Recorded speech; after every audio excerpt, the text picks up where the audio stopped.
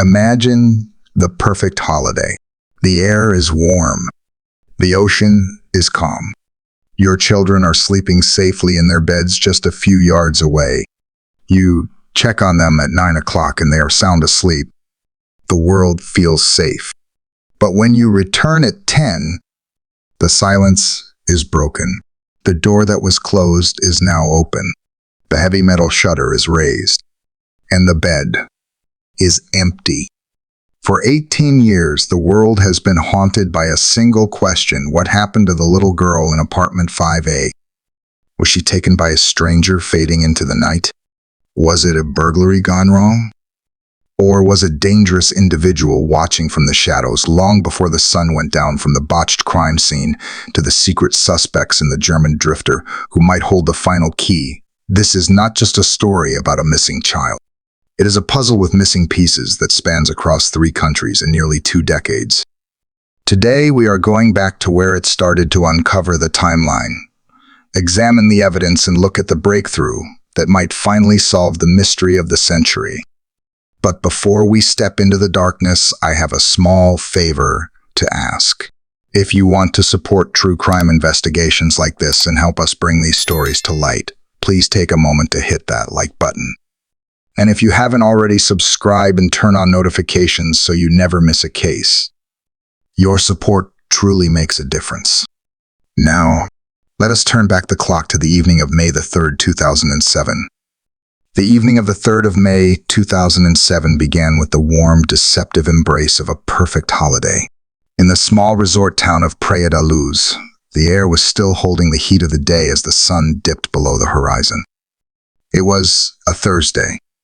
For the group of friends dining at the tapas restaurant within the Ocean Club Resort, it was simply the penultimate night of their vacation. They were relaxed, believing they were in a safe haven, unaware that the clock was ticking down the final minutes of their normal lives. At the heart of this story is apartment 5A. It was a ground floor unit, accessible from the street and the pool area. Inside, 3 children lay asleep. The eldest, a girl of 3 years named Madeleine, was in a bed near the door. Her younger siblings, twin toddlers, slept in travel cots nearby. The parents, Gerry and Kate, had followed a routine they established earlier in the week. They were dining with 7 friends at a restaurant just a short walk away. The distance was measured in mere yards, a distance that felt safe, a distance that would soon feel like an unbridgeable canyon. The group had devised a system. They did not hire a babysitter that evening. Instead, they took turns leaving the dinner table to check on the sleeping children. It was a relay of guardianship, a rhythm of leaving and returning. They believed this system was secure. The restaurant was close enough that they felt they could hear a cry if it was loud enough yet far enough to enjoy adult conversation. At 5 minutes past 9 in the evening, the father, Gerry, stood up from the table for his turn. He walked the short path back to the apartment. The night was calm. He entered through the patio doors, which were left unlocked to allow them access without waking the children with the noise of keys. He stepped into the apartment and paused. The door to the children's bedroom was open. Gerry frowned.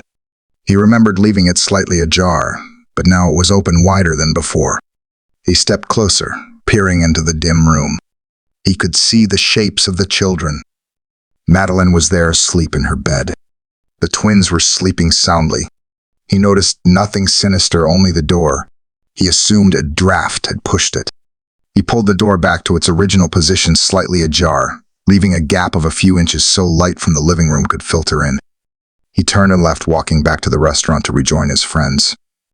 That was the last time a parent would see her. The dinner continued. The mood was light. Laughter drifted from the tapas bar. At roughly 9:30, another member of the group, Matthew, offered to check on the children in apartment 5, while he went to check on his own. He walked to the room. He heard nothing. The silence was absolute. He saw the twins in their cots. He did not step fully into the room to check the bed near the door. He assumed the silence meant safety. He turned back. However, Matthew noticed something odd. The door to the bedroom was wide open again. He thought perhaps Gerry had left it that way. The draft, he reasoned. It must be the draft. He left the apartment unaware of the emptiness that might have already been in that room. Time moved forward, heavy and inevitable. It was now 10 o'clock at night. It was Kate's turn to check. She stood up, leaving the warmth of the dinner table. She walked the same path her husband had walked an hour before. She reached the patio doors. They were closed. She slid them open and stepped into the living room. The apartment was silent. She walked toward the children's bedroom. Immediately, she felt a shift in the atmosphere. The door which her husband had adjusted was standing wide open. A sudden gust of wind slammed the door shut. Kate froze. A draft. But the windows were supposed to be closed. The shutters were supposed to be down. She reached for the door handle and pushed it open. She looked into the room. The twins were sleeping in the center of the room.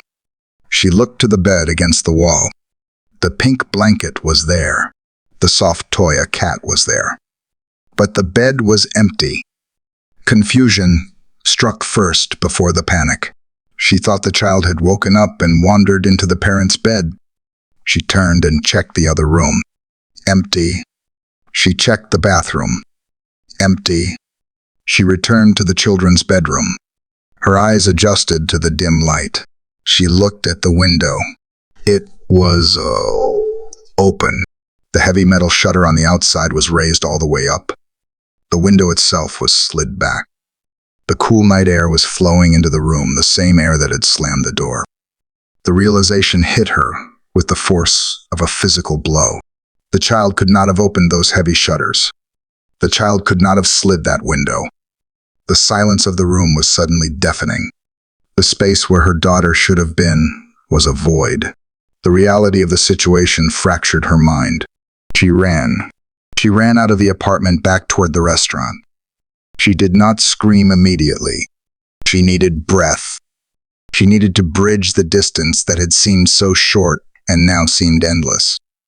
As she reached the table, the air left her lungs in a single, terrified cry that would haunt the resort for years to come. Madeleine is gone. Someone has taken her. The normalcy of the evening shattered. Chairs were pushed back. The friends rose in a wave of confusion.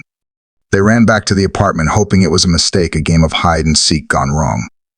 They searched the wardrobes. They looked under the beds. They ran into the street. But the street was empty. The shadows under the trees were still. The shutter stood open like a dark eye staring back at them. The golden hour, that vital window of time when a missing person is most likely to be found, had already begun to slip away.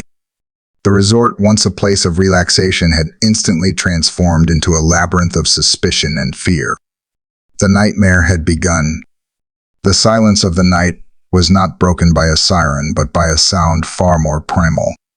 It was the sound of a mother realizing her world had just collapsed. As Kate ran back to the table where her friends sat, the anguish in her voice served as the first alarm, a signal that cut through the relaxed chatter of the holiday evening. The words she spoke were not a question, but a terrifying statement of fact.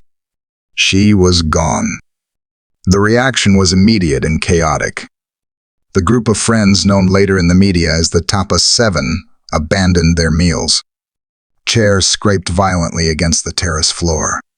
In an instant, the calm atmosphere of the Ocean Club was replaced by a frantic, uncoordinated energy. They did not call the police in that very first second. Instinct drove them to the apartment, driven by the desperate hope that it was all a misunderstanding. They rushed into apartment 5A. This moment, fueled by panic and love, would later become one of the most critical points of contention in the entire investigation. The crime scene, which should have been sealed and frozen in time, was flooded with people. Friends ran from room to room. They checked the wardrobes again. They looked under the beds. They pulled back curtains. In their desperation to find the child, they inadvertently walked over the very ground that might have held footprints. They touched surfaces that might have held fingerprints. The forensic integrity of the apartment was eroding with every passing second. The search quickly spilled out from the apartment into the immediate vicinity. The resort staff were alerted. The missing child protocol of the club was activated. This involved searching the swimming pools first, a standard but chilling procedure that acknowledged the immediate physical dangers of the resort. Staff members and guests began to comb the grounds with flashlights. Beams of light sliced through the darkness, sweeping over hibiscus bushes, checking the tennis courts and illuminating the dark corners of the pathways. Voices began to call out her name. Madeleine. The name echoed off the white walls of the apartments, drifting down towards the beach and up towards the main road. What had been a private nightmare was rapidly becoming a public spectacle. It was roughly 40 minutes after the initial discovery that the local police, the Guardia Nacional Republicana, arrived at the scene. These were not specialized detectives or crime scene investigators. They were patrol officers ill-equipped for a major abduction case. The language barrier immediately rose like a wall between the British tourists and the Portuguese officers. The panic of the parents was met with a procedural slowness that felt agonizing. To the officers, missing children in a holiday resort usually meant a toddler wandering off to look for their parents. They did not immediately treat it as a crime scene. This assumption was fatal to the investigation. The golden hour, that critical window of time immediately following a disappearance, when evidence is fresh and the perpetrator is likely still nearby, was slipping away. While the police focused on a search for a lost child, asking questions about where she might have wandered, the possibility of an abductor putting distance between themselves and the resort grew with every tick of the clock. Back at the apartment, a crucial detail was being debated, a detail that would haunt the case for decades. The shutter. Kate was adamant that when she entered the room, the heavy metal shutter was raised and the window was open. However, amidst the chaos, the shutter had been closed again by someone, or perhaps checked and lowered. The precise state of that window at the exact moment of discovery became blurred in the collective memory of the witnesses. If the shutter had been forced up from the outside, it was proof of an intruder. If it could only be opened from the inside, it presented a baffling puzzle. The atmosphere in Praia da Luz began to shift. It was no longer just the resort that was awake. The commotion had roused the local residents. Dogs in the neighborhood began to bark, a domino effect of noise spreading through the quiet streets. From the perspective of the locals, the night had turned strange. Some reported hearing the noise of the search, the shouting, the slam of car doors. Others, however, noted an eerie silence in the streets further away from the club. If a predator had indeed been there, they had used the shadows effectively. The layout of Praia da Luz was a maze of small streets, alleyways, and white-walled villas. It was a place where a person could vanish around a corner in a heartbeat. While the resort was a frenzy of light and noise, the surrounding streets offered a cloak of darkness. As the night deepened and rolled toward the early hours of the morning, the temperature dropped. The initial adrenaline of the search began to curdle into a cold, heavy dread. The swimming pools were clear. The roads were empty. The beach was deserted. The realization began to sink in for everyone present. This was not a child wandering off. It is highly unlikely for a child of that age to navigate such heavy shutters and leave unnoticed. By the time the specialized investigative police, the Policia Judiciaria, were notified, hours had passed. The sun was threatening to rise on a world that had fundamentally changed. The apartment was empty. The bed was empty. And somewhere out there, beyond the reach of the flashlights and the desperate calls, a vehicle may have already been miles away, traveling on the empty roads of the Algarve, carrying a secret that would confound the world for a generation. The scream had ended, but the echo was just beginning to spread across the continent. To understand the sudden void that opened up in apartment 501 must look backwards. A crime of this magnitude rarely occurs in a vacuum. It is often the culmination of a silent, unseen prelude. In the days leading up to the 3rd of May, the holiday had seemed idyllic, but in retrospect, the resort was not as empty of intent as the tourists believed. There were eyes watching from the shadows, eyes that were calculating, patient, and hidden in plain sight. The Ocean Club was designed for openness. It was a place of walkways, low walls, and accessible apartments. This design, intended to foster a sense of community, also meant that privacy was an illusion. In the week leading up to the disappearance, several incidents occurred that, while seemingly innocuous at the time, later formed a chilling pattern of surveillance. Witnesses later recalled seeing a man standing near the apartment block on multiple occasions. He was not a tourist. He did not carry a towel or a book. He simply stood watching. He was described as Caucasian, of medium build, blending into the background but never quite belonging to it. He was seen staring intently at the patio of apartment 5A, the very place where the family would later dine and where the children slept. At the time, he was dismissed as a local resident or perhaps a lost holidaymaker. But his stillness was predatory. He was learning the rhythm of the family. He was memorizing the schedule of their comings and goings. There was another disturbing detail. During that week, several men had knocked on the doors of various apartments in the complex. They claimed to be collecting for a charity and orphanage in a nearby town. However, there was something off about their demeanor. They were persistent, asking questions that veered away from charity and towards occupancy. Who is staying here? Are there children? When do you leave? It is a classic technique of those casing a property using a guise of benevolence to gather intelligence. The charity they claimed to represent later stated they had no collectors in the area at that time.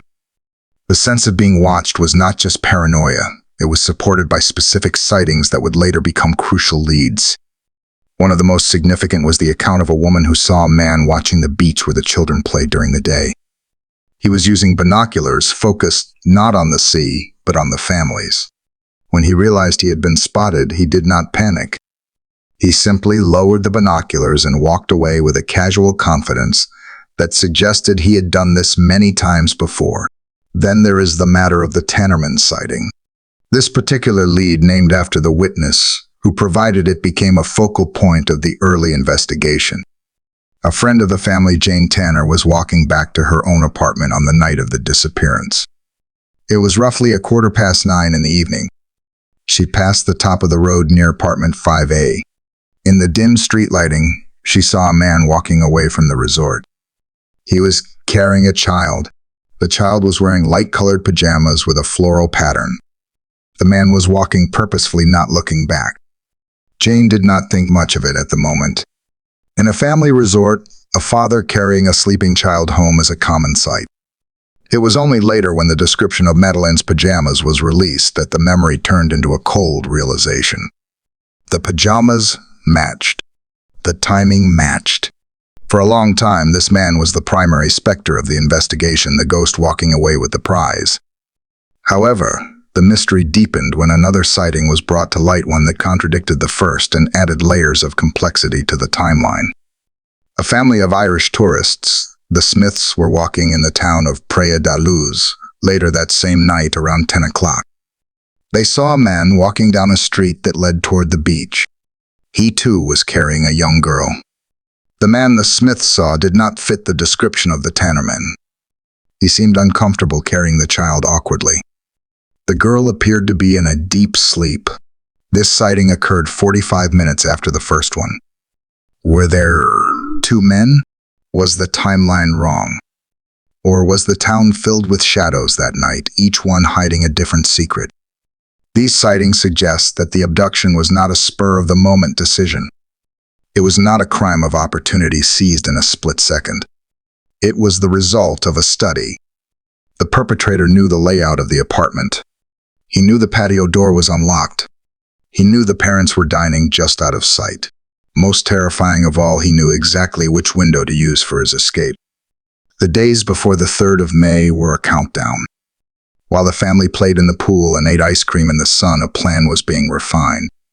The predator was tightening the circle, moving from the periphery of the resort to the very doorstep of apartment 5A. The tragedy was that the signs were there: the silent watcher, the fake charity collectors that gazed through the binoculars, but they were scattered puzzle pieces that no one assembled until it was too late. By the time the picture was clear, the subject of the surveillance was already gone. The sun rose over Praia da Luz on the morning of the 4th of May, illuminating a scene that had fundamentally changed overnight. What had been a quiet family resort was now the epicenter of an international crisis. The arrival of the Polícia Judiciária, the specialized criminal investigation agency of Portugal, marked a shift in the tone of the events. However, the transition from a missing child search to a major criminal inquiry was fraught with friction, cultural misunderstandings, and procedural errors that would compromise the case for years to come. The primary casualty of the initial chaos was the crime scene itself. In a standard abduction investigation, the location where the victim was last seen is sacred ground.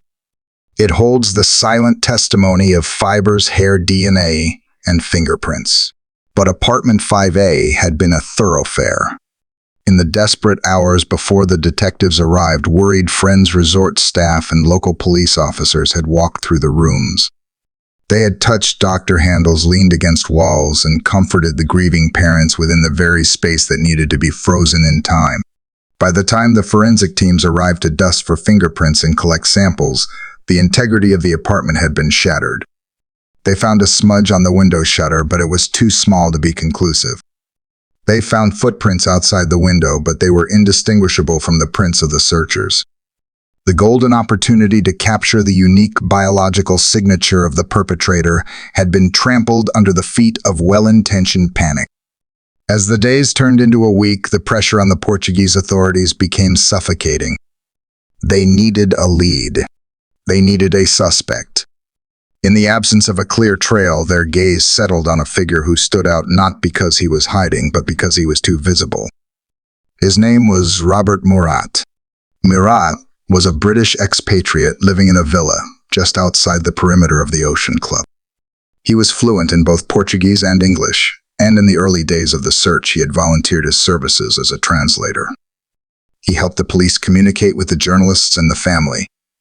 To the detectives, his eagerness to be involved seemed suspicious. They questioned why a man would insert himself so deeply into a tragedy that did not concern him. 12 days after the disappearance, the police raided the home Murat shared with his mother. They drained his swimming pool. They dug up his garden. They seized his computers and brought him in for intense questioning. He was named the first arguido, or formal suspect of the case. For months, the investigation focused heavily on him, diverting precious resources and attention away from other potential lines of inquiry. The media camped outside his driveway, painting him as a villain based on nothing more than speculation. It would take a long time for him to be fully cleared, and for the police to admit that this path had been a dead end, a cul-de-sac that had consumed valuable time while the real trail grew cold. Compounding the investigative struggles was a profound clash of cultures. The British method of policing, which relied heavily on public appeals and transparency, with the media, collided with the Portuguese law of judicial secrecy. The Portuguese constitution forbade the police from sharing details of an ongoing investigation. To the distraught parents and the British press, this silence looked like incompetence, or worse, a cover-up. The family pleaded for information, for updates, for anything that would give them hope. The police, bound by their laws, remained stoic and silent, creating a breeding ground for mistrust. The language barrier also plagued the witness statements. The friends of the family, the top of 7, were interviewed without professional interpreters present in the initial stages. Nuances were lost. Phrases were mistranslated. Timelines were jotted down incorrectly in notebooks, leading to discrepancies that would later be used to cast doubt on their testimonies. A simple confusion about minutes or exact words turned into perceived inconsistencies, fueling conspiracy theories that would plague the group for decades. Then came the media. It started as a trickle of local reporters, but quickly swelled into a tsunami. Satellite trucks clogged the narrow streets of the small town. Journalists from every continent jostled for position, thrusting microphones into the faces of tourists and locals alike. The face of the missing girl was plastered on every surface, her eyes staring out from posters on lampposts, shop windows, and car windshields. While this publicity ensured the world knew her name, it also created a chaotic noise that drowned out subtle leads. Any potential witness was terrified to come forward for fear of being devoured by the press pack. The investigation was fighting a war on 2 fronts: the hunt for a phantom abductor and the management of a global media event. In the heat and the noise, the delicate lines of inquiry began to blur. The police were looking for a local villain, the press was looking for a headline, and the parents were looking for a miracle. As the first month drew to a close, The sad reality began to set in. The initial burst of energy had dissipated into frustration. The lines drawn in the sand were being washed away by the tide of errors and confusion, leaving behind only an empty room and a mystery that was growing darker by the day. As the summer of 2007 began to fade, the atmosphere in Praia da Luz underwent a chilling transformation. The sympathy that had initially surrounded the parents began to curdle into something darker. The investigation, having failed to produce a viable abductor or a trace of the missing child, turned inward. The detectives, under immense pressure to solve the case, began to formulate a theory that would shock the world: that the abduction was a fiction designed to cover up a fatal accident. The catalyst for this shift was the arrival of two English Springer Spaniels from the United Kingdom. Their names were Eddie and Keila. They were not ordinary police dogs. They were highly specialized tools. Eddie was a highly specialized dog trained to detect specific forensic evidence, even if the trace was microscopic or old. Keila was trained to detect the presence of biological material at a crime scene. They had been brought to Portugal to sweep the resort, the beach, and the vehicles associated with the case. The inspection of apartment 5A took place months after the disappearance. The apartment had been cleaned, rented to other tourists, and cleaned again. Yet when Eddie was released into the living room, his behavior changed. In a video recording that would later be leaked and dissected by millions, the dog became agitated near a wardrobe and behind a sofa. He barked a signal that he had detected the specific scent he was trained to find. When Keila was brought in, she alerted to the same area, signaling the potential presence of blood. The investigation then moved to the vehicle the parents had rented weeks after their daughter vanished. It was a silver Renault Scenic. The dogs circled the car. Eddie stopped at the trunk and barked. To the Portuguese police, this was a revelation. They interpreted these alerts as evidence that the child had died in the apartment and her body had been moved using the rental car. However, forensic science is rarely so black and white. The samples collected from the areas where the dogs alerted were sent to a laboratory in Birmingham. The results were inconclusive. The DNA profile was too complex, containing components from multiple people, which is to be expected in a rental car or holiday apartment. There was no definitive match to the missing girl. Despite this lack of concrete forensic proof, the damage was done. The police treated the dog alerts not as intelligence to be verified, but as hard facts.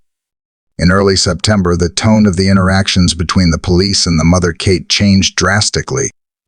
She was called in for questioning at the police headquarters in Portimao. This was not a witness interview. It was an interrogation. For nearly 11 hours, she faced a barrage of questions. The detectives presented her with a terrifying ultimatum. They suggested that if she confessed to an accidental death in concealment, she would receive a lenient sentence. Kate refused to confess to a crime she stated she did not commit.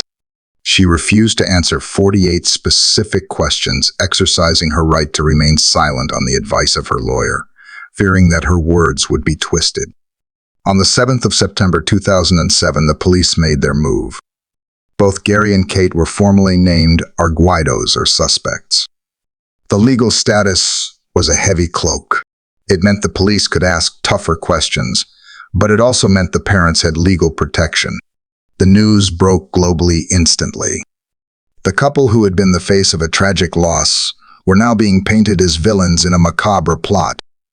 The tabloids turned on them, printing leaks from the police files that were often exaggerated or entirely false. The relationship between the family and the Portuguese authorities had completely collapsed. The trust was gone. The parents felt betrayed by the very system that was supposed to help them find their daughter. They realized that as long as they remained in Portugal, they were targets. The investigation into the abductor had effectively stopped, replaced by an investigation into the parents. 2 days later, on the 9th of September, the family made the difficult decision to leave. They packed their belongings. The drive to the airport was a gauntlet. Photographers on motorcycles chased their vehicle, desperate for a shot of the suspects fleeing. They boarded a plane back to the United Kingdom, leaving behind the empty apartment, the resort, and the country where they had last seen their daughter. They landed in England not as victims but as outcasts in the eyes of many. They returned to their home in Rothley to a media siege. Journalists camped on their front lawn. Every move they made was scrutinized. The search for the missing girl had been overshadowed by the spectacle of the accusation. The police files in Portugal were eventually closed in 2008 due to a lack of evidence against the parents, but the stain of that September remained. The investigation had lost its way, consuming itself in a theory that had no body, no weapon, and no confession, only the bark of a dog and the desperate need for an answer. The winter that followed the return of the family to the United Kingdom was not measured in degrees of temperature, but in the chilling silence of official channels. In July of 2008, 14 months after the disappearance, the Portuguese Attorney General made a pivotal announcement. The case was being archived. The police files were closed. The status of arguido was lifted from the parents and from Robert Morat. In the eyes of the law, there was no longer enough evidence to pursue anyone, but neither was there enough to exonerate anyone completely. It was a legal limbo, a state of suspended animation that offered no closure.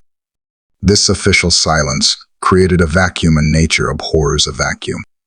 Into this empty space rushed a chaotic flood of private investigators, well-meaning amateurs, and opportunistic con artists. The parents, refusing to accept that the search for their daughter would end simply because a file was placed in a cardboard box in a dusty archive room, turned to the private sector. They used the funds raised by the global public appeal to hire their own detectives. This phase of the story resembles a hall of mirrors. Without the authority of a badge or a warrant, private investigators struggled to gain traction. They chased shadows. Leads that the police might have dismissed in an hour took weeks to verify. One agency based in Spain promised breakthroughs that never materialized. They spoke of surveillance teams and undercover operations, but the reports they produced were often filled with speculation rather than facts. It was during this time that the phenomenon of the sightings reached a fever pitch. Madeleine was reported seen in Morocco in a market in Marrakech. She was reported seen in a shop in Belgium. She was reported seen on a plane to America. Each report was a spark of hope that had to be extinguished. The psychology of these sightings was complex. People wanted to help. They wanted to be the one to solve the mystery. They looked at a blonde child in a crowd, and their mind superimposed the face they had seen on 1,000 posters. For the family, it was a form of psychological torture. Every phone call brought a surge of adrenaline, followed by the crushing weight of disappointment when the child turned out to be someone else's daughter, someone else's granddaughter. Darker elements also began to circle the grieving family. The case attracted fraudsters who saw the large reward fund not as a tool for justice, but as a bank vault to be cracked. Men contacted the private investigators claiming to know where the child was buried or claiming to be in contact with the kidnappers. They asked for money in exchange for information. They played cruel games with the emotions of the parents, sending cryptic messages and coordinates that led to empty fields or abandoned buildings. These were the vultures of the tragedy, feeding on desperation. While the physical search became a fragmented mess of private initiatives, a different kind of search was exploding online. The internet had matured significantly since 2007, and with it came the rise of the armchair detective. Forums and discussion boards dedicated to the case multiplied. The silence of the official investigation was replaced by the deafening noise of the digital public square. On these platforms, the presumption of innocence did not exist. The public split into fierce tribes. One side remained convinced of the abduction theory, analyzing the e-fits and the timelines of known high-risk criminals in the region. The other side, fueled by the leaked police files and the inconclusive dog alerts, became convinced of the parents' guilt. They dissected every interview, every facial expression, and every word spoken by the mother and father. They created detailed timelines that allegedly proved the impossibility of the abduction. This was not a court of law. It was a court of opinion, and the verdict was often delivered with vicious cruelty. The dossier of the case, now sitting in the archives in Portugal, contained thousands of pages of uninvestigated leads. There were phone numbers that had never been traced. There were license plates that had never been run through the database. There were statements from holidaymakers about strange men taking photographs of children that had been filed away without follow-up. The private investigators tried to access these files, but without official police cooperation, They were fighting with one hand tied behind their backs. As the years rolled on 2009-2010, the story began to fade from the front pages of the newspapers, but it never truly went away. It became a background static in the culture. The face of the missing girl remained frozen in time, a 3-year-old ghost haunting the conscience of Europe. The parents continued their campaign marking every anniversary with a plea for information, but the momentum was lost. The investigation was essentially dead in the water drifting without a captain, while the noise of the internet continued to swirl around the void where a little girl used to be. It became clear that without a major intervention, without a force powerful enough to reopen the official books, the truth would remain buried in the silence of the archived files. By the year 2011, the investigation into the disappearance of Madeleine had become a stagnant pool. The official Portuguese inquiry was closed, the private investigators had exhausted their limited resources, and the public was weary of the endless speculation. However, the parents had not given up. They wrote a book detailing their ordeal to fund the continued search. Their persistence eventually reached the highest corridors of power in the United Kingdom. In May of 2011, the British Prime Minister received a direct plea from the family. They did not ask for a miracle. They asked for a review. They argued that somewhere in the mountain of paperwork generated in 2007, a clue had been missed. The government agreed. The Home Secretary ordered the Metropolitan Police to launch a review of the case. This operation was given the code name Operation Grange. The scale of the task was monumental. The detectives were not starting from fresh leads. They were starting from a chaotic archive. They had to translate, digitize, and cross-reference 40,000 pieces of information. This included statements, photographs, and logs from the original investigation. The team was composed of seasoned detectives who specialized in homicide and major crimes. They approached the case with a clean slate policy, discarding all previous assumptions, including the suspicion that had fallen on the parents. For 2 years, this team worked in the shadows. They built a timeline that was accurate to the second. They interviewed witnesses again, this time with professional clarity. In October of 2013, they were finally ready to reveal their findings to the public. The result was a shock to those who had followed the case. The British detectives announced that the accepted timeline of the night of the disappearance was wrong. For 6 years, the Tannerman sighting, the man seen carrying a child near the apartment at 9:15, had been the cornerstone of the abduction theory. However, Operation Grange identified this man. He was not a kidnapper. He was an innocent British tourist returning to his own apartment after collecting his daughter from the night Chi. He was eliminated from the inquiry. This revelation was seismic. It meant that the abduction window had shifted. If the man seen at 9:15 was innocent, then the kidnapper had likely struck later. The focus swung violently towards the second major sighting, the Smith sighting. The Irish family who had seen a man carrying a blonde child towards the beach at 10 o'clock at night. The police realized this was now the prime suspect. The timing aligned perfectly with the moment the mother discovered the empty bed. Scotland Yard released 2 computer-generated images, or fits of the man seen by the Smith family. These images showed a man with ordinary features, short brown hair, and nothing particularly distinctive, which made him all the more terrifying. He could have been anyone. The release of these images on a popular television crime program caused a surge in calls. The public realized that the person they had been looking for over the last 6 years, the long-haired man from the earlier sketches, did not exist. Operation Grange also uncovered a disturbing pattern of events that had been buried in the files. They found records of a sharp increase in burglaries in the resort in the months leading up to May 2007. They found statements about a man entering apartments where young children were sleeping, not to steal valuables, but for disturbing and predatory purposes. This suggested that the perpetrator was not a random opportunist, but a predator who had been hunting in the area for some time. The investigation identified over 600 persons of interest. They began to systematically eliminate them. They traced mobile phone records from the cell towers in Praia da Luz. They looked for individuals with a record of relevant offenses who were known to be in the Algarve region. The British team was methodical, using technology and data analysis. that had not been available or utilized in the initial chaotic days. Crucially, Operation Grange publicly stated that they found no evidence to implicate the parents. They treated the case as a stranger abduction. This statement was a powerful vindication for the family, officially dismantling the theories that had plagued them since September of 2007. The investigation was expensive, costing millions of pounds, and it faced criticism for its duration. Yet it achieved something vital. It brought order to chaos.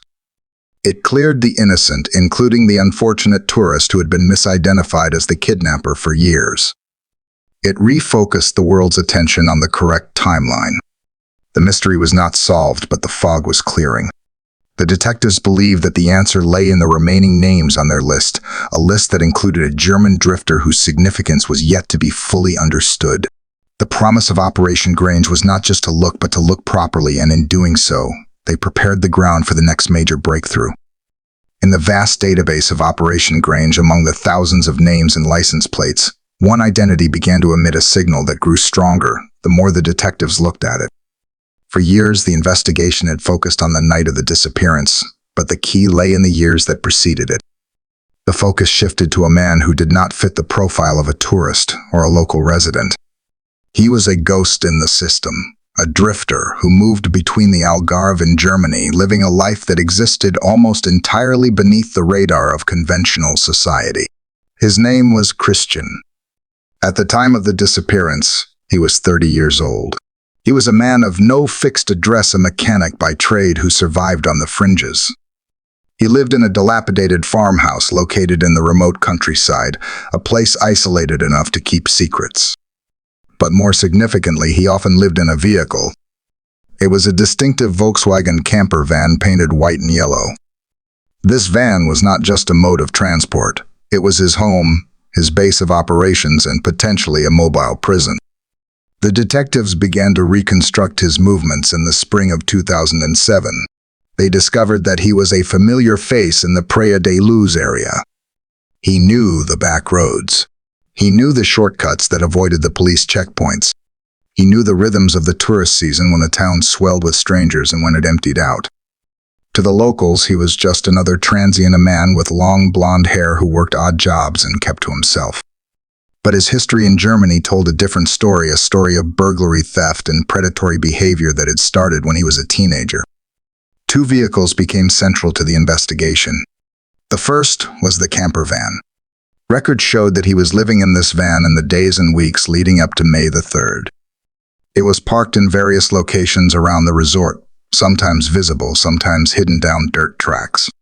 The second vehicle was a Jaguar, a luxury car that seemed incongruous with his drifter lifestyle. The registration of this Jaguar provided a chilling clue.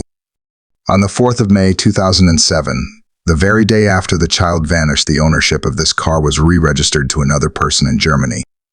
The timing was too precise to be a coincidence. It suggested a sudden need to distance himself from a vehicle that might have been compromised. However, the most damning piece of evidence was invisible. It was not a fingerprint or a strand of hair, but a digital footprint left in the ether. The investigators analyzed the data from the cell phone towers in Praia de Luz. They isolated a specific phone number attributed to the suspect. The data revealed that on the evening of May the 3rd, 2007, his phone was active. It connected to a mast that covered the Ocean Club Resort. More specifically, the signal placed him in the immediate vicinity of apartment 5A. The log showed a phone call. It was received at 32 minutes past 7 in the evening. It lasted for 30 minutes, ending just after 8 o'clock. This was exactly 1 hour before the parents went to dinner. It was exactly 1 hour before the window of opportunity for the abduction opened. The suspect was there. He was not miles away in his farmhouse. He was not in another town. He was right there in the shadows of the resort, speaking to someone unknown. The police tracked the number that called him. It belonged to a prepaid Portuguese mobile phone. This second number was not registered to a name. The person on the other end of that line remains one of the biggest mysteries of the case. Who was the suspect talking to for half an hour right before the crime? Was it an accomplice? Was it a lookout? Or was it simply a casual conversation that unwittingly placed a predator at the scene of the crime? This evidence changed everything. The timeline of the Smith sighting at 10 o'clock at night now had a lead actor. A man who drove a camper van capable of hiding a child. A man who knew the area intimately. A man who had a history of entering holiday apartments. And crucially, a man whose phone placed him at the scene during the critical preparatory phase of the evening. The drifter was no longer just a name on a list, he was the prime suspect. The investigation had found its target, but finding the man himself and proving his guilt would require a game of cat and mouse that spanned 2 countries and more than a decade. Time is usually the enemy of an investigation. As the years pass, memories fade, witnesses move away, and evidence degrades. However, in the case of the missing girl, time also played a different role. It allowed for arrogance to set in. The perpetrator, having evaded capture for a decade, began to feel invincible. It was this false sense of security, combined with the loosening effects of alcohol, that would eventually create the crack in the wall of silence. The year was 2017. It was the 10th anniversary of the disappearance. In the United Kingdom and Portugal, the media was once again saturated with the image of the child. The anniversaries were always a time of heightened emotion, with fresh appeals from the parents and retrospectives on the television news. But in a small bar in Germany, the anniversary was being watched with a very different kind of emotion. The suspect, Christian, was sitting with an acquaintance. They were drinking. The setting was casual, the kind of place where men boasted and stories were exchanged without fear of consequence. Christian was no longer the drifter living in a camper van in the Algarve. He had moved on, serving time for other offenses, drifting through the German legal system, but his past in Portugal remained a secret he carried with him. On the television screen above the bar, a report about the case began to play. The face of the missing girl filled the screen. The reporter spoke about the enduring mystery, the pain of the family, and the hope that she might still be alive. To most people in the bar, it was a tragic story from a distant past. To the man sitting at the table, it was a direct provocation. The acquaintance watching the report made a comment. He expressed sympathy for the parents. He wondered aloud how a child could vanish without a trace, how anyone could get away with such a thing. It was a natural human reaction to the story. Christian reacted with scorn. The alcohol had lowered his guard. He turned to his companion and sneered at the television. In that moment, the careful mask he had worn for 10 years slipped. He made a statement that chilled the blood of the man sitting across from him. He did not speak with the speculation of an observer. He spoke with the cold certainty of a participant. He reportedly said that the child did not scream. The words hung in the air, heavy and terrifying. It was a detail that no one could know unless they were there. It was a detail that contradicted the public perception of a chaotic abduction. It implied a swiftness, a silence, and a control that was horrifying to contemplate. He then alluded to the fact that the police would never find her, suggesting he knew exactly where she was, and that place was beyond the reach of any search team. The conversation moved on, but the dynamic had shifted. The acquaintance was no longer just a drinking buddy. He was now the keeper of a dark secret. For a time, he did nothing. The criminal world operates on a code of silence, and snitching is dangerous. He carried the weight of those words, wrestling with his own conscience. The image of the girl on the television and the callousness of the confession gnawed at him. It took time for the courage to override the fear. Eventually, the acquaintance approached the authorities. He did not go to the local police immediately. He reached out through channels that eventually led to the specialized investigators. He recounted the conversation in the bar. He described the demeanor of the suspect, the arrogance, the lack of remorse, the specific details that had been spilled in a moment of drunken bravado. This tip-off was the spark that ignited the German investigation. The authorities in Braunschweig began to look closely at Christian. They pulled his files. They uncovered a dark history of serious crimes and predatory behavior. They saw the convictions for burglary, and crucially, they saw the timeline of his life in Portugal. They realized that this was not just a man making a sick boast. This was a man who had been in Praia da Luz, living in a van right when the child disappeared. The police began a covert surveillance operation. They could not arrest him immediately based on hearsay from a bar conversation. They needed to build a case that was watertight. They tapped his phones. They watched his movements. They began to dig into his past with a fine-tooth comb, looking for other witnesses who might have heard similar whispers over the years. The confession in the bar was the turning point. It transformed the investigation from a search for an unknown phantom into a pursuit of a specific, tangible target. The suspect had made the classic mistake of the criminal ego. He thought he was smarter than the system, and in his desire to prove it, he had handed the police the key to his own destruction. The whispers and the smoke of that bar room had finally reached the ears of those who could bring justice. With a name and a face now firmly in their sights, the investigators turned their attention to the physical world the suspect inhabited. They needed to understand not just who he was, but where he was. The Algarve region of Portugal is known for its stunning coastline, but just a few miles inland the terrain changes. It becomes a rugged, sparsely populated landscape of scrubland dirt tracks and isolated properties. It was here in this hinterland that Christian had carved out his existence, and it was here that the police began to look for the secrets he might have left behind. The focal point of this new phase of the inquiry was a farmhouse. Located on the edge of a small village called Forel, it was a place that offered total seclusion. The property was run down, hidden from the main road by overgrown vegetation. It was not the home of a typical expatriate enjoying a retirement in the sun. It was the lair of a man who did not want to be disturbed. Investigators discovered that Christian had rented this farmhouse during the period surrounding the disappearance.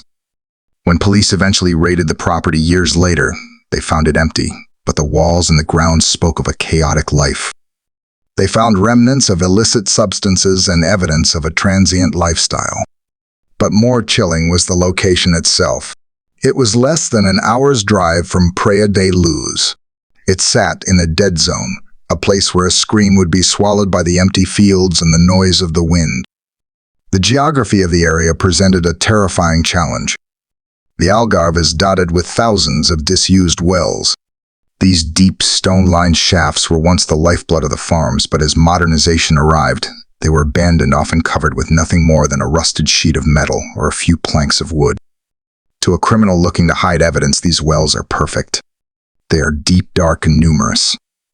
Checking them all is a logistical impossibility. They represent a labyrinth of potential graves that puncture the landscape. Witnesses who had known Christian during his time in the farmhouse began to come forward with memories that had suddenly taken on a sinister weight. They described a man who was volatile. One acquaintance recalled how he would fly into sudden rages for no apparent reason. Another described his driving as aggressive and reckless, his Jaguar or his camper van tearing down the narrow country lanes as if he were constantly running from something. There was a specific incident that stood out. A British couple who lived nearby recalled seeing his distinctive camper van parked in strange locations, often down remote tracks that led to nowhere. At the time, they assumed he was simply camping or sleeping off a hangover. Now, looking back through the lens of the investigation, those locations seemed less random. They were vantage points. They were hiding spots. The police also looked into his employment history. He worked sporadically as a mechanic fixing cars for the local community. This gave him a valid reason to be on the move, to be testing vehicles, to be seen in different towns. It was a perfect cover. He could be in Praia da Luz one day and miles away in the mountains the next, and no one would question his presence. The investigation uncovered that he had abruptly terminated his rental of the farmhouse in 2006, but he remained in the area, living in his van and staying with friends. However, the farmhouse remained a significant point of interest because of its proximity and its privacy. The German authorities, working with their Portuguese counterparts, executed extensive searches of the land around the property. They used ground-penetrating radar. They cleared the scrub. They looked for disturbances in the soil that might indicate a burial. What they were building was a map of his movements. They overlaid the location of the farmhouse, the places he parked his van, and the cell phone data from the night of the 3rd of May. The picture that emerged was of a predator who had absolute mastery of his environment. He knew the escape routes. He knew the blind spots. He knew where the police patrols went and where they did not. The terrifying realization for the detectives was that the suspect did not just vanish into thin air. He vanished into a landscape he knew better than anyone else. He used the geography of the Algarve as a weapon against the investigation. The wells, the reservoirs, the abandoned ruins, they were all potential accomplices in his silence. Mapping the shadows was not just about drawing lines on a chart. It was about trying to find a needle in a haystack that stretched for hundreds of square miles, a haystack that the suspect had spent years constructing around himself. In June of the year 2020, the world was in the grip of a global lockdown, but a different kind of shockwave was about to break the silence. In the city of Braunschweig, Germany, a press conference was called that would fundamentally alter the landscape of the investigation. For 13 years, the case had been treated by the British authorities as a missing person inquiry, a search for a lost child who might still be alive. However, when the German prosecutor Hans Christian Wolters stepped up to the microphone, he delivered a message that extinguished that flicker of hope with brutal efficiency. He announced that his office was investigating a 43-year-old German national on suspicion of murder. The word murder hung heavy in the air. It was a definitive shift. Wolters stated clearly that they assumed the girl was dead. This was not a speculation based on the passage of time. It was, according to him, a conclusion based on concrete evidence. The announcement triggered a media frenzy not seen since the early days in Praia de Luz. The face of the suspect, Christian, was plastered across news networks globally. But amidst the noise, a terrifying paradox emerged. The prosecutor claimed to have material evidence that the child was dead, yet he admitted they did not have the body. This contradiction created a torturous situation for the parents. To be told that the authorities are certain your child is deceased, but to be denied the proof is a unique form of psychological agony. Wolters explained that to reveal the evidence would jeopardize the ongoing investigation. He hinted at sensitive information, perhaps digital data, perhaps a confession, or perhaps physical items found in the possession of the suspect, but he refused to show his hand. He asked the public for patience, but patience is a difficult thing to ask of a family that has waited more than a decade for answers. The tension escalated when it was revealed that the German authorities had written a letter to the parents. In this correspondence, they reportedly stated their belief that the child had been killed shortly after the abduction. The existence of this letter became a matter of intense public debate. The parents initially denied receiving it, leading to a confusion that played out in the press. It was later clarified that communication had occurred, but the specific proof of death was withheld to protect the integrity of the case against the suspect. The man at the center of this storm, Christian, was already behind bars. He was serving a sentence for other serious offenses and was facing a separate conviction for a grave violation committed in Portugal involving an elderly woman. This legal entanglement was a double-edged sword. On one hand, it meant the police knew exactly where he was. He was not a flight risk. On the other hand, the clock was ticking. His defense team was fighting tooth and nail to have his convictions overturned on technicalities. The investigators were in a race against time. They needed to build a murder case that could withstand the scrutiny of a court before the suspect could potentially be released. In the German legal system, a suspect cannot be charged simply on suspicion. The indictment must be robust. The prosecutor was playing a high-stakes game of chess. He was trying to solicit new witnesses, hoping that seeing the suspect's face would prompt former associates to break their silence, while simultaneously trying to keep the suspect incarcerated on other charges. The defense attorney for Christian attacked the prosecution's case aggressively. He claimed that the concrete evidence was a bluff, a strategy designed to flush out witnesses because the police actually had nothing substantial.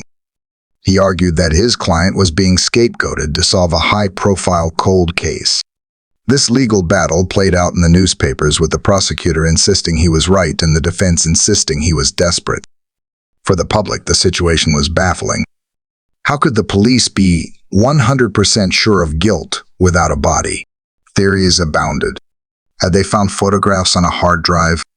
Had they found a chat log where the crime was described in detail? The secrecy was necessary for the law, but it was cruel for the narrative. The investigation had moved from the physical search of the scrubland to the digital forensics of the courtroom.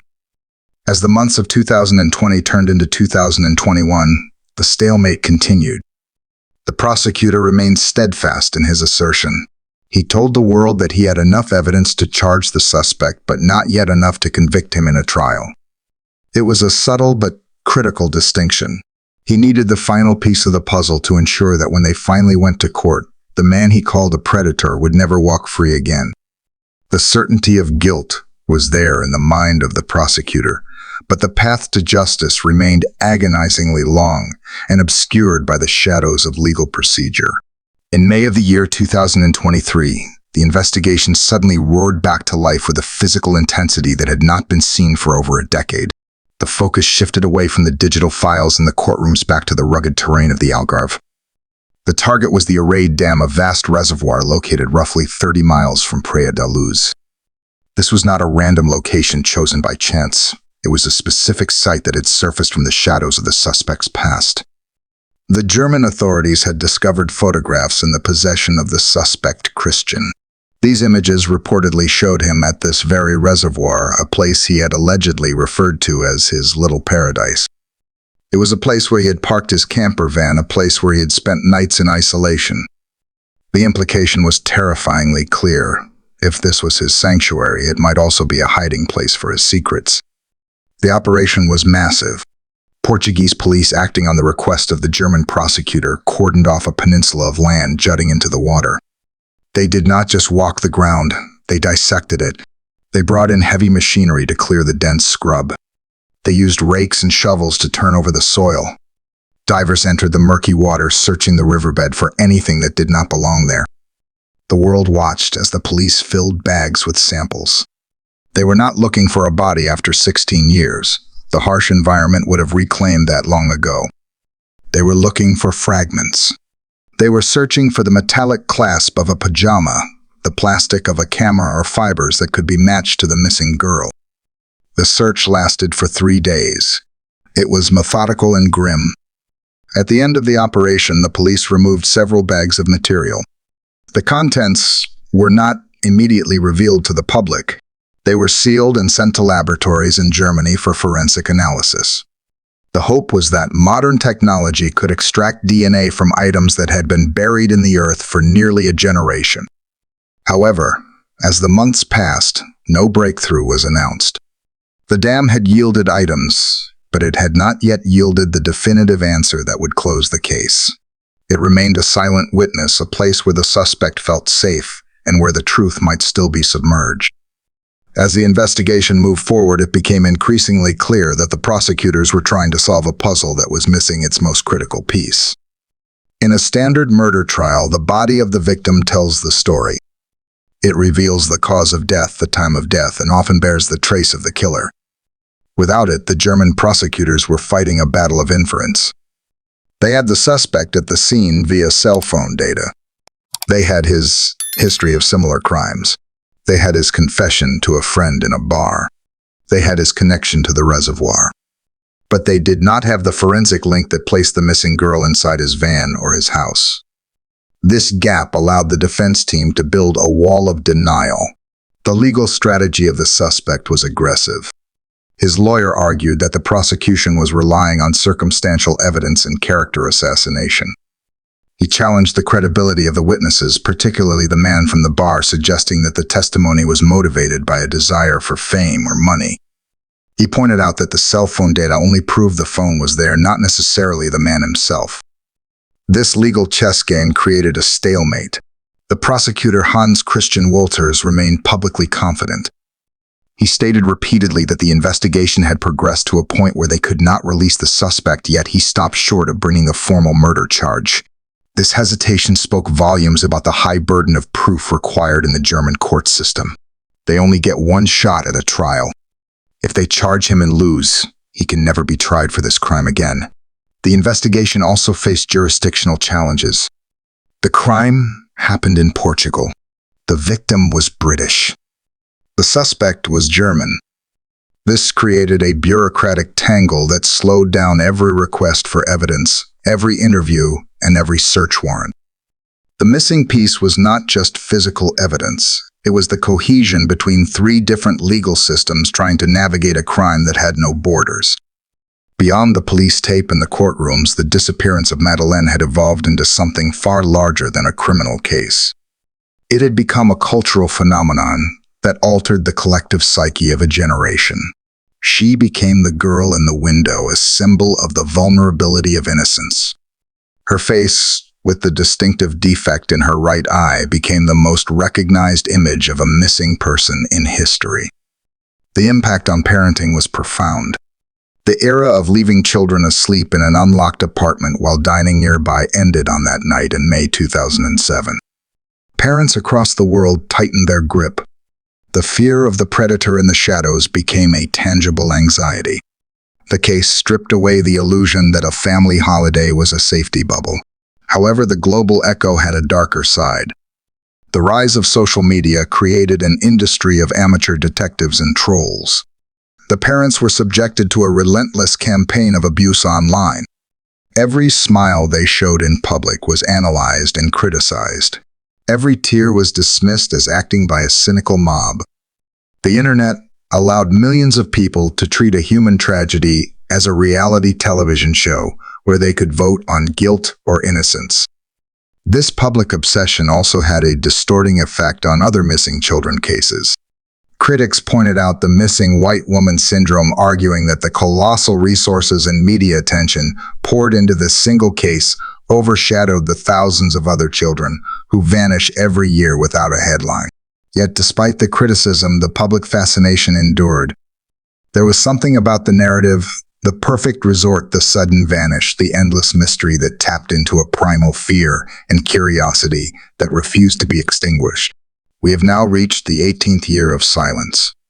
The toddler who vanished would now be a young woman in her 20s. The age progression images released by the police show a face that is familiar yet strange, a projection of a life that was stolen. The nursery in the family home has remained a shrine to hope, filled with unopened birthday presents that mark the passage of time. The parents, Gerry and Kate, have honored their vow to leave no stone unturned. Their resolve has been the engine that kept the investigation alive when the authorities wanted to give up. They have fought legal battles, faced media scrutiny, and endured the agony of false leads, yet they have never accepted the prosecutor's assertion of death without proof. For them, until there is a body, there is a chance. The suspect, Christian, remains in prison for other crimes, a caged man who holds the key to the mystery. The German investigation is technically still active. The file is not closed, but the momentum has slowed. The searches have stopped. The headlines have faded. The case sits on the razor's edge between a cold case and an active inquiry. The story of the disappearance is a tragedy with no final act.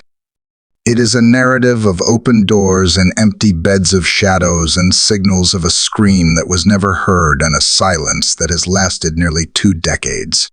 The police believe they know who did it. The parents believe she could still be found. The public believes they know the truth. But belief is not proof. Until the physical evidence is found, until the missing piece is placed into the puzzle, the ghost of the little girl will continue to haunt the resort of Praia da Luz, waiting for the day when the sun finally shines on the truth. Thank you for joining me on this deep dive into one of the most complex and heartbreaking mysteries of our time.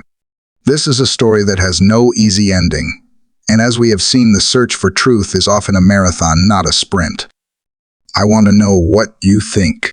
Do you believe the investigation is finally on the right track with the current suspect, or are there still too many unanswered questions? Please share your thoughts in the comments below, but I ask that we keep the discussion respectful. Remember, at the heart of this story is a real family who is still waiting for an answer.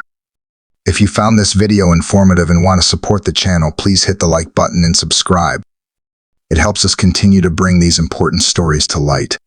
Until next time, stay safe and keep looking out for one another.